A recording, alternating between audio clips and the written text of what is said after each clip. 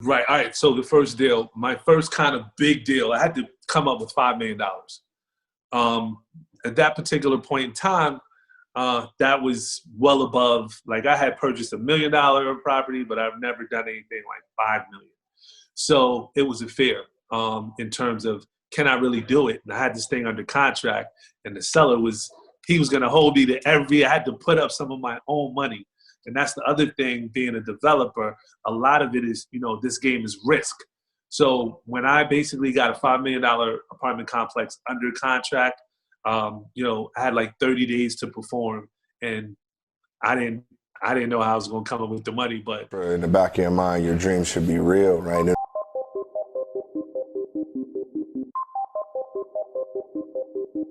Thanks all for tuning in to Dreamcatchers, where we make things happen. Dreamcatchers was formally launched to unlock the hidden potential in successful, self-motivated individuals who desire to take their life's work to the next level but need support to evolve. We are a collective group of professionals with various backgrounds that use our talents to assist those individuals in realizing their wildest dreams by providing education, inspiration, and direction. This podcast is where we share the lessons we've learned along the way to catching our dreams and give you some context around the how and the why to each approach to put you further ahead on the journey to catching your dream. Are you ready? Hey everybody, and welcome to the Dreamcatchers podcast. I'm your host, Jerome, and I've got the great pleasure of having A Donahue Baker with me today. He's up in Jersey, man. How are things? You're close to the epicenter, man. Yeah, we're definitely not far from the epicenter in Jersey.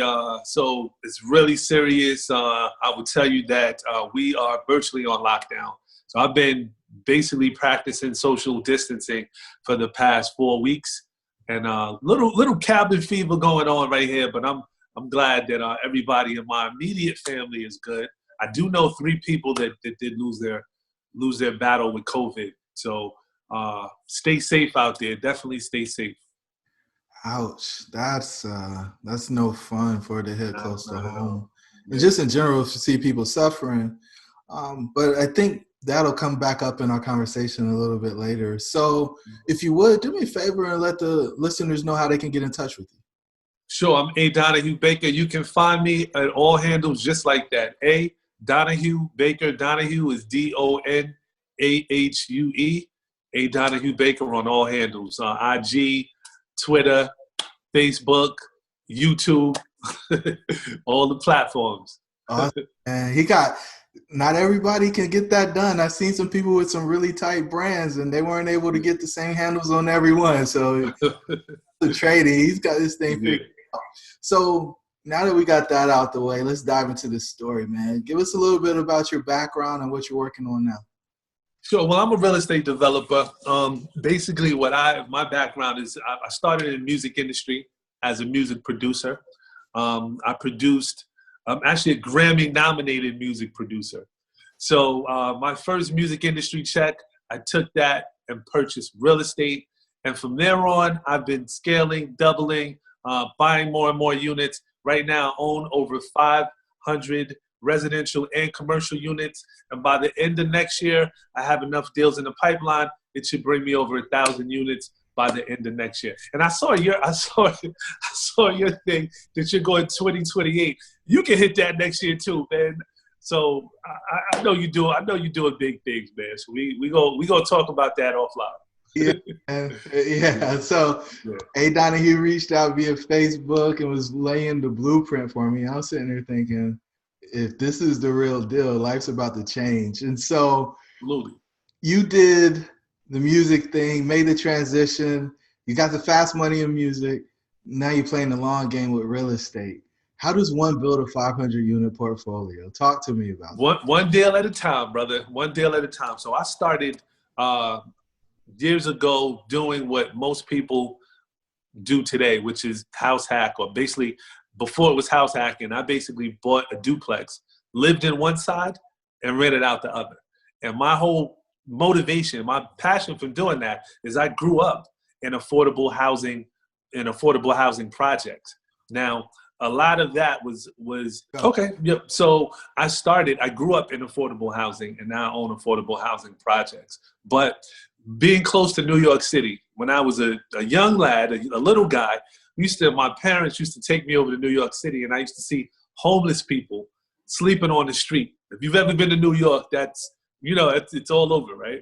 So I don't know what it was, but growing up, I was just like, I never wanted to be homeless. And it was always this fear that, I can be homeless if I make a couple wrong moves or a couple wrong turns. So I did what most people, my parents told me stay away from drugs and all that. So I did all that, stayed away from the drugs. But the other thing, people just make bad decisions and they end up homeless. So I always, my first multifamily, the reason why I did that was because I wanted to remove the fear of being homeless. And once I removed that fear, it just opened my mind to do so much more. Wow. Okay. So you go through the system. Somewhere I saw you're a CPA. So I am. How did you do that? And like music, like, come on, put the pieces together for me. All right. So here you go. So I basically was doing music all my life. Right up until high school. I went to Georgetown University in DC. So I was an accounting major in Georgetown. So left Georgetown and really wanted to pursue my life as a music industry producer. That's really what I wanted to do. Now, the music industry, that money is like this. It goes up and down, get paid. Royalties come twice a year, every 6 months. You get your advance fee. Somehow, when you're young and you just get a big check, that money goes quick. So that's basically, I had a label deal on Sony. My label got dropped, and I didn't know what my next move was. At that particular point, I said, you know what? I'm going to go back to school.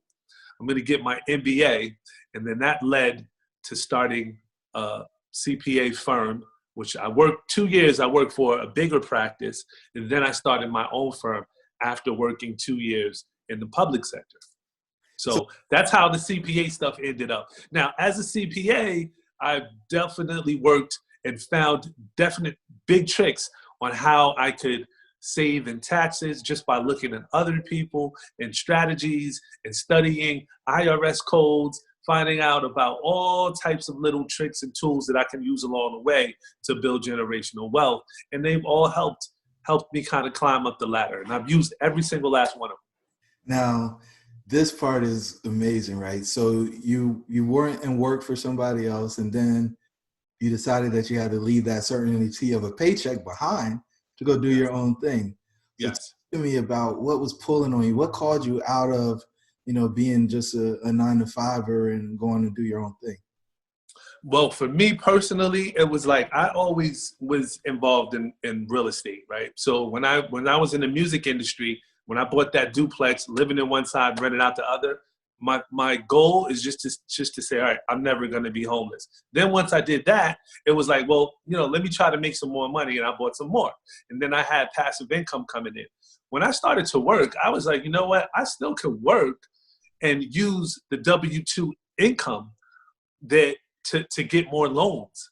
So it just became, when I started to get 5, 6, 7 mortgages on my personal credit, it just became the thing to do. So then my goal at that point shifted to let me get enough passive income that it would supplant my active income, and then I started to get creative of how I could, leverage money or other people's money to basically grow that portfolio.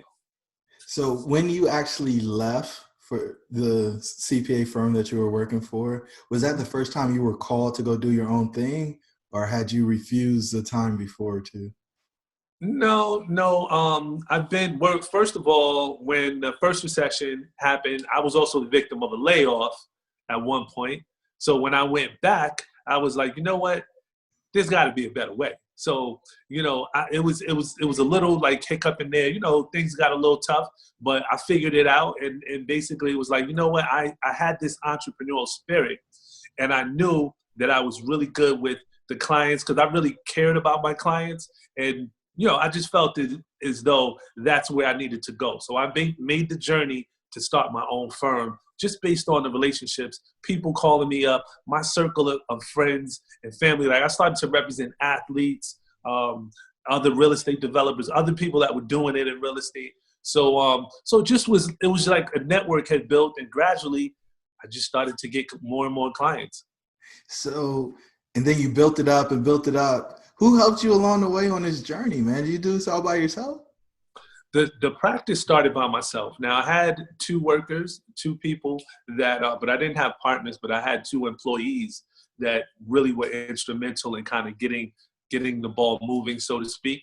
So that's how that practice kind of, took off. It was just us three, three of us, and we would just grind it out every tax season, grind it out, and we'll handle all the work. I mean, sometimes we put in 80 hours a week during the tax season. The quality of life was bad, very bad.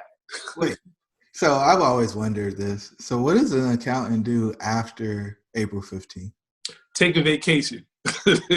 So all the greatest places in the world happened around this time of year. Like after tax season, go away for like 2 weeks, unheard of, So all my vacations were around that time. So, you work so hard, but you realize the weather starts to get good. Spring has sprung, and we're heading for summer. Take a 2-week vacation. Wow. Yeah. All right. And so you're going through this. I imagine it wasn't all, sugar dumplings and clouds. Like there had to be some times where you're like, why in the world am I struggling through this? Why am I fighting through this? What made you keep going?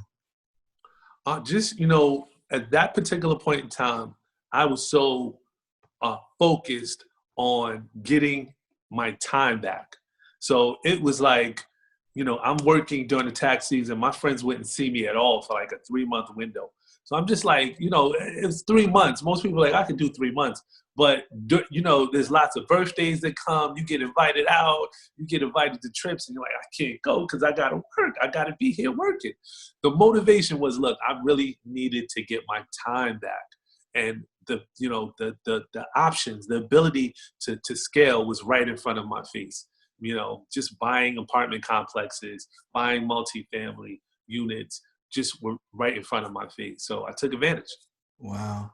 So were there any challenges along the way Lots of challenges. There was challenges of getting money for deals, challenges of raising money for deals, challenges of just finding properties. And I basically met every single challenge through A/B testing, so to speak. I basically figured out, well, that doesn't work. Everyone is doing this. Let me do that. This is not where you want to find properties, MLS. But, different ways to kind of get to where I needed to go. I think one of my biggest struggles, so I'm going to be selfish. Now I got you on the line. Yeah. The finding money piece, like how did you refine that process? I assume people trust you because, hey, you're an accountant, you know how to do the books, but what is it that makes a person actually write the check? Because there's a whole lot of people who pretend to have a lot of money. Right. And write that check and then. Right. So when I used to do the syndication strategy, when I used to use the syndication strategy, it's really about a deal, right? When you find a deal, the money will come. And that's the bottom line. So when I did a syndication deal, I found a value add opportunity that literally I purchased for 50 cents on the dollar. Now, anybody that had money would be a fool to not be a part of that deal. So it was literally, I've raised over $1 million in less than a week. In a week? In a week. So, but you've got to know the people that actually have the money to be able to write the check. I do. And that space, because I think that is a thing that most people who want to raise money don't have access to that network, those folks that are, wealthy. So let's talk about that if you don't mind. Okay. Absolutely.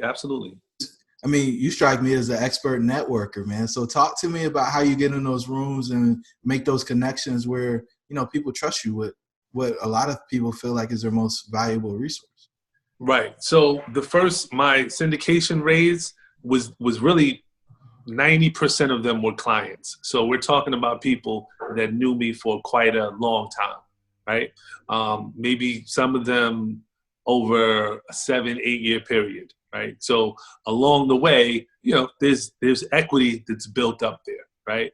So, and then I'm active. So I'm out in my local RIA.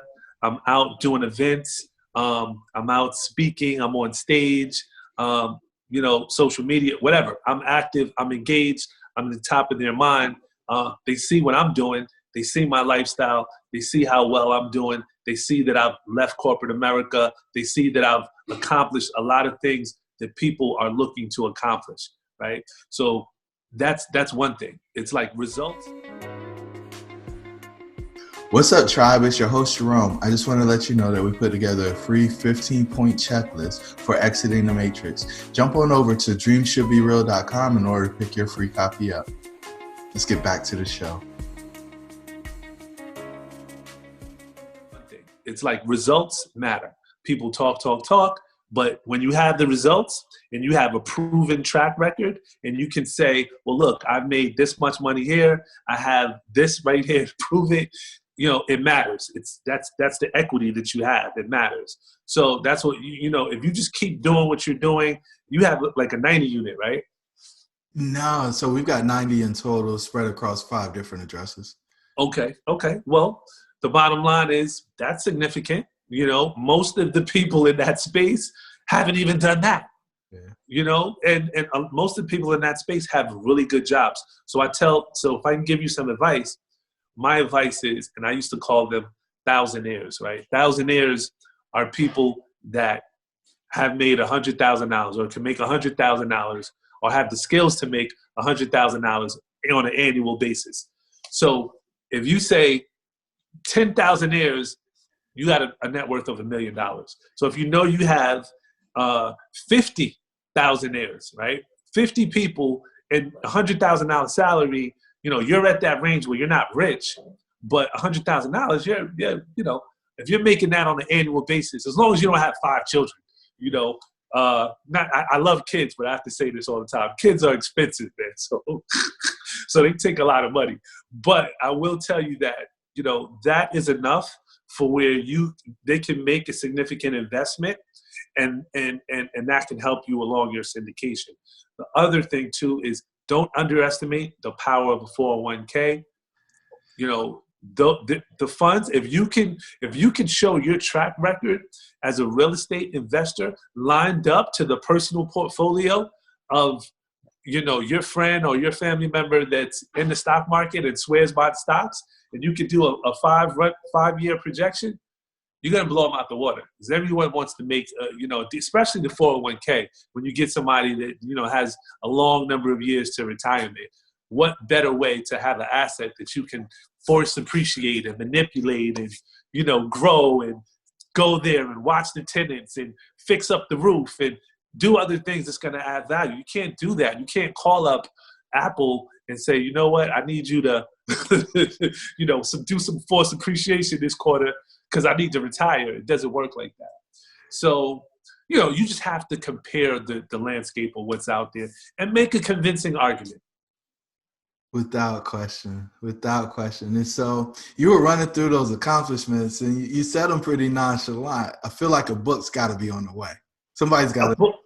Yeah, a book is on the way. But the book is not going to be about me. The book is going to be about people and how to create generational wealth. So I wrote the book. The book is called Generational Wealth. That's the key.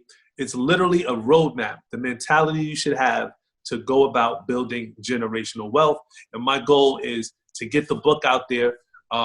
Really, for your audience, I'm going to eventually be selling the book just $15 on Amazon. But for your audience, I would love to give the book away absolutely free. All they would have to do is subscribe to the YouTube channel and either go to the Facebook group and the book will be given out there. And that's it. Awesome. We'll get that linked up in the show notes. Yeah. And so everybody can take advantage of that, regardless of which platform they're consuming the content on. So, I mean, let me go back to kind of the storyline. I don't want to get too far off path. So were there any fears along the way that you had to deal with? Like a big one? Like what was the biggest one? At what point though? Because I mean, I had fears every step of the way. I already told you about the first fear buying the first house, the homelessness, but every step of the way, yeah, there is fears. So, I mean, you're saying at this stage or in other stages? Oh, I mean, you're still developing. So, I mean, just the uncertainty is going to be the issue now. But I really want to get to something that you were scared of and you come through it and talk about how you came through dealing with challenge? Because fear can paralyze people. Or Right. All right. So the first deal, my first kind of big deal, I had to come up with $5 million. At that particular point in time, that was well above, like I had purchased $1 million property, but I've never done anything like 5 million. So it was a fear in terms of, can I really do it? And I had this thing under contract, and the seller he was going to hold me to I had to put up some of my own money. And that's the other thing, being a developer, a lot of it is, this game is risk. So when I basically got a $5 million apartment complex under contract, I had like 30 days to perform, and I didn't know how I was going to come up with the money, but syndication in a week. That was the deal I was telling you about. I completed my syndication in 1 week, got this deal done, and it really was one of the cornerstone pieces to my career, because it propelled me on to do, like, once I realized I can do 5, then why can't I do 10? Why can't I do 20 million? So that's really, it's just numbers. They're just zeros. So, and what I realized too is it's actually easier to get money for a $10 million deal than it is to get money for a $1 or $2 million deal. It's facts.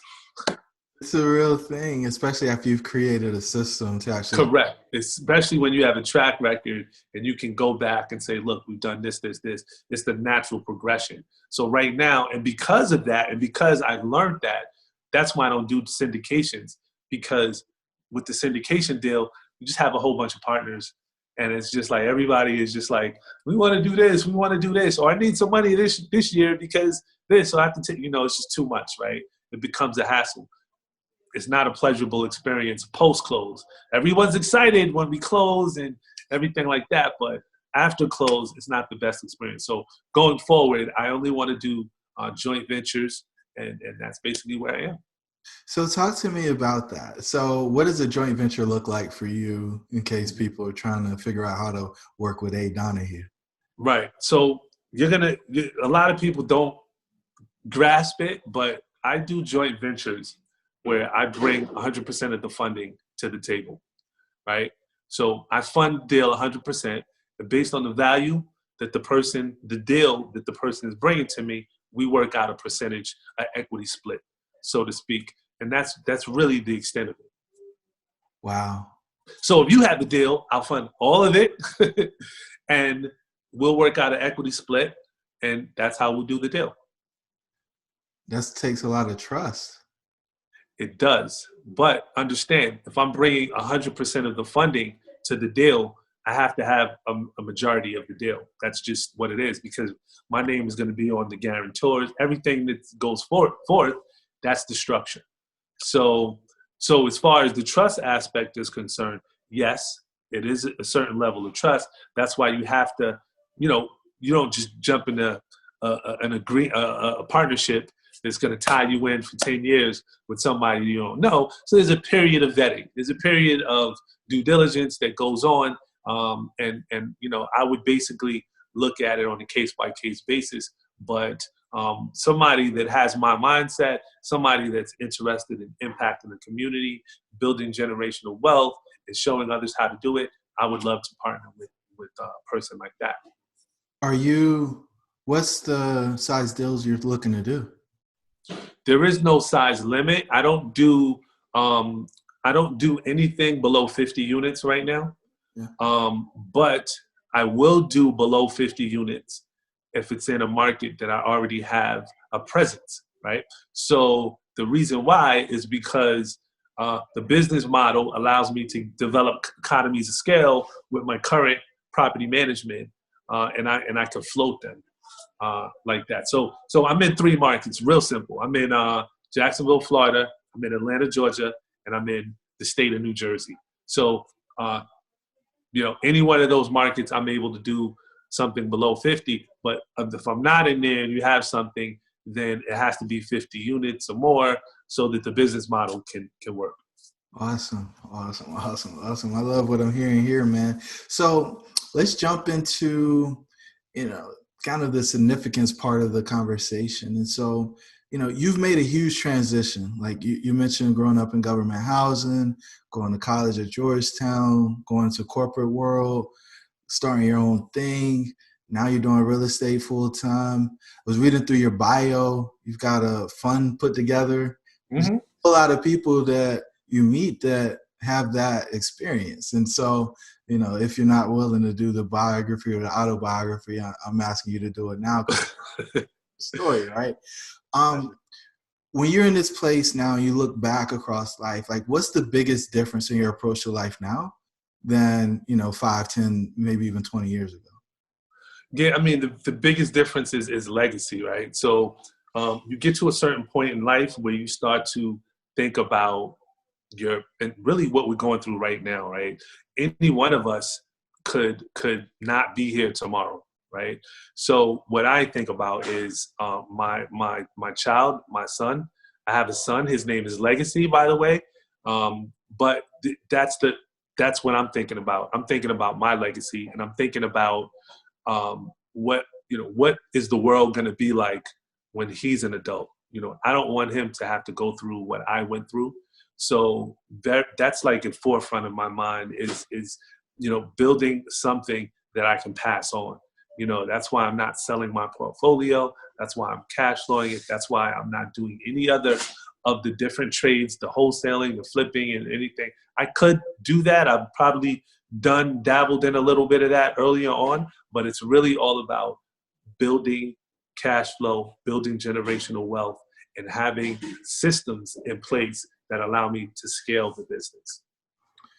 And I mean, that's a beautiful approach to life. And I guess the next question I would ask is, like, with that perspective, what are you most grateful for?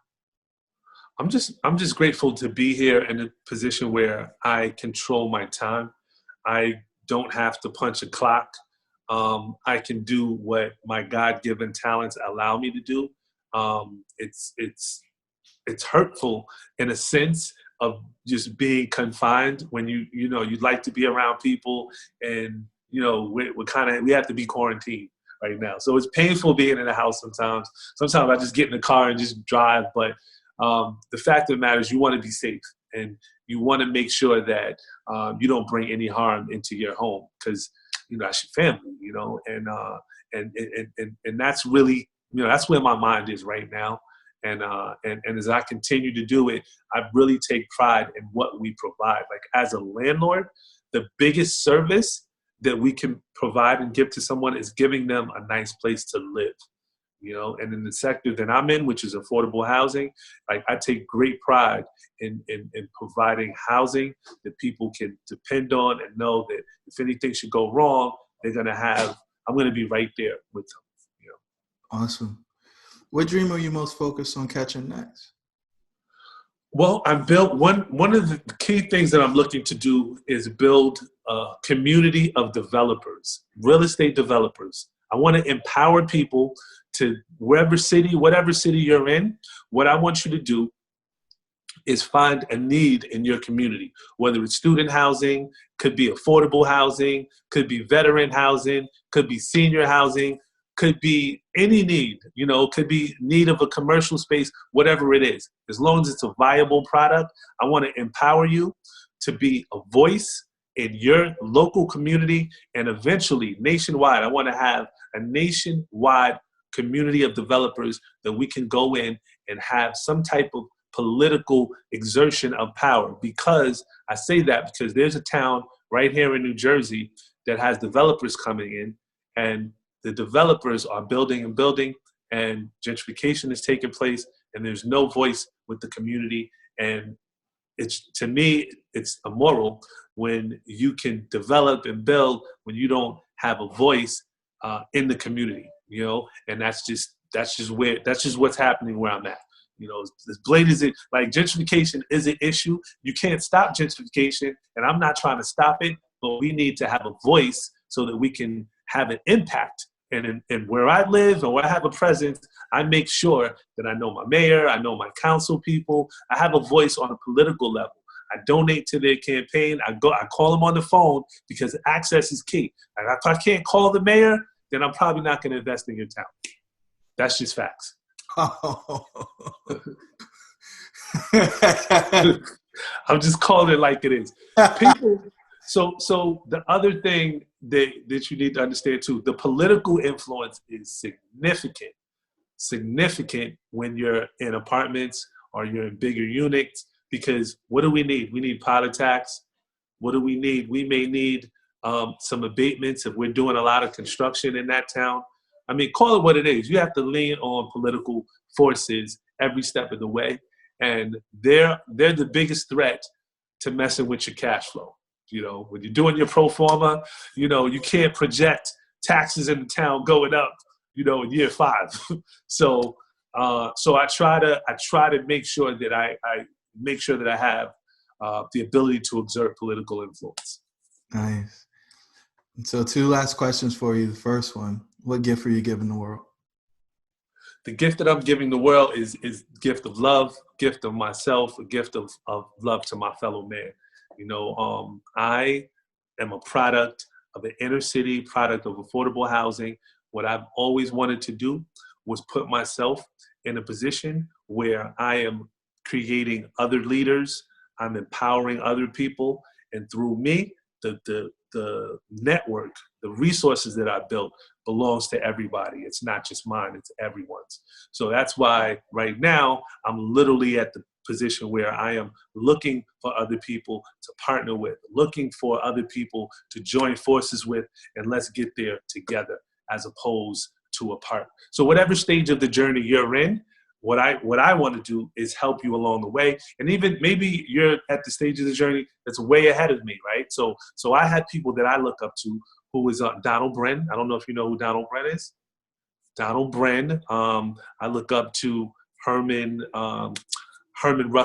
J. Russell out of Atlanta, passed away, God bless the dead. But definitely as a Black real estate developer, the life story of Herman J. Russell, amazing. So there's a number of people I try to emulate different things that they've done because that's the path that I'm looking to get to. Awesome. This is a great episode, guys. I hope you're taking notes, man. All right. And then the final question is, what is one thing you want people to take away from our talk?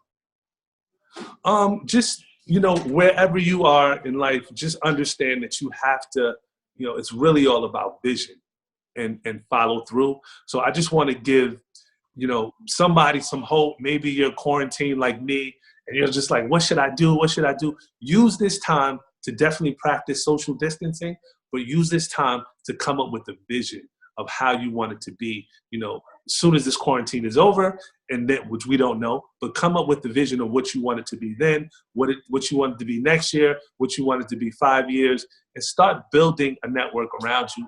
Reach out to people that can help you get there, because you can get so much further if you do it together as opposed to trying to do it by yourself.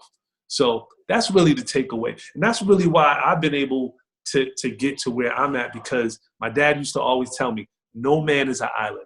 And I didn't know what that meant. Like, what do you mean no man is an island? Well, no man is an island because whatever you do in life, whatever it is, business, real estate, you're going to need other people. And if you don't have other people, you're an island. So don't be an island out there. Awesome. At no point during this episode have you said abundance, but it's coming through you and your words, right? You got the abundance mentality. You believe that there's enough for everybody. Everybody can eat. And so you're living that out through your actions, man. I appreciate you joining me on the podcast today. And, we'll talk to you soon. Awesome, man. Really appreciate the time, brother. I see you doing your thing, man. I'm glad I reached out to you, man. And I want to thank you for the opportunity. And we'll stay connected. And you be safe out there, all right? All right, man. Talk to you soon. All right. Have a good one. Thank you for joining the tribe today. We would love to hear from you. Please don't forget to rate, like, and share. Perhaps someone you know could benefit from what we've discussed. Until the next time, remember that your dreams should be real.